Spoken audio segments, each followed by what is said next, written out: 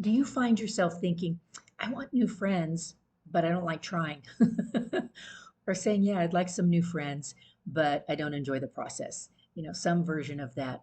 Well, honestly, I believe making friends is difficult for most people due to the cognitive, emotional, and behavioral challenges that we've experienced in our life during this process or these processes of making and having and maintaining friendships. So, here's some questions for you.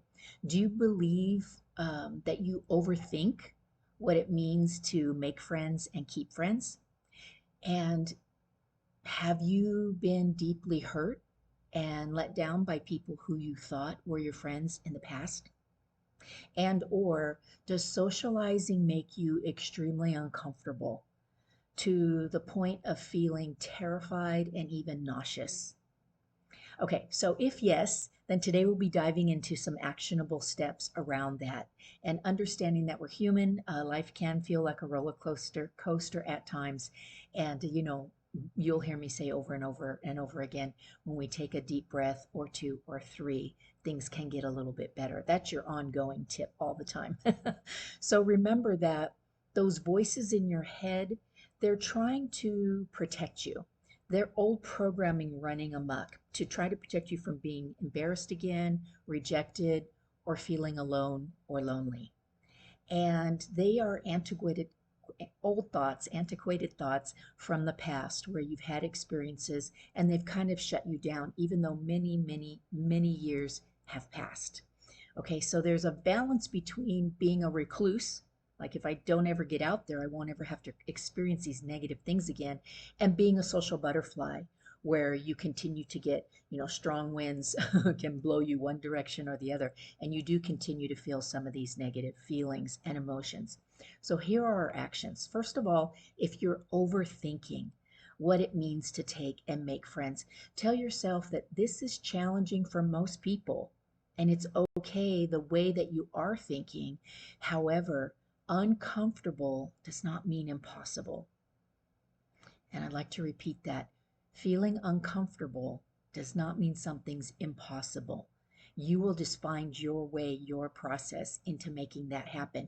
And it's a wonderful learning experience. It can be, because letting go of those things of the past, which is the work that I do with people, helps you to be moving forward in the things that you think and do to get more of what you want instead of what you don't. Okay, so the second thing is past pain can keep us from wanting to make friends because we have been hurt. So your steps are: take a deep dive in one of those specific situations and ask yourself, what was my role in it? And then ask yourself, what did I learn? And then ask yourself, what do I want now? And allow yourself some grace in this process of, what was your role in it? That can be a little painful. What did you learn? Hopefully that adds a little strength. And then what do you want? That adds the empowerment that you need to go forward and get back out there. Remembering now to set boundaries. Setting the boundaries will help create safer, nurturing, more fun and enjoyable friendships. Okay, and then the third one is awkwardness, just feeling like, I don't know how to talk to people, I get butterflies in my stomach, those types of things. So practice some self compassion and say, yeah, you're human, and a lot of people do feel that way. I'm not trying to say that you're not important or that you're not different. I want you to understand that this is something that a lot of people experience, and they're also wanting to make friends, and they're hoping to meet somebody just like you. Okay, so before you go out, practice open ended questions. So think about your situation, and instead of asking yes or no questions, so yes or no questions can make you feel uncomfortable because it's like, oh, now what? Where do we go from here? So an example would be, instead of saying, oh, do you come here often? That's a yes or no question. Switch it into, what do you like best about this place? Do you have any friends here? Something like that, right? And if, what do you like about working here? Oh, and a really good one is, do you have any friends here? Or, who did you come with? And that will open up the friendship conversation. Smile, laugh naturally.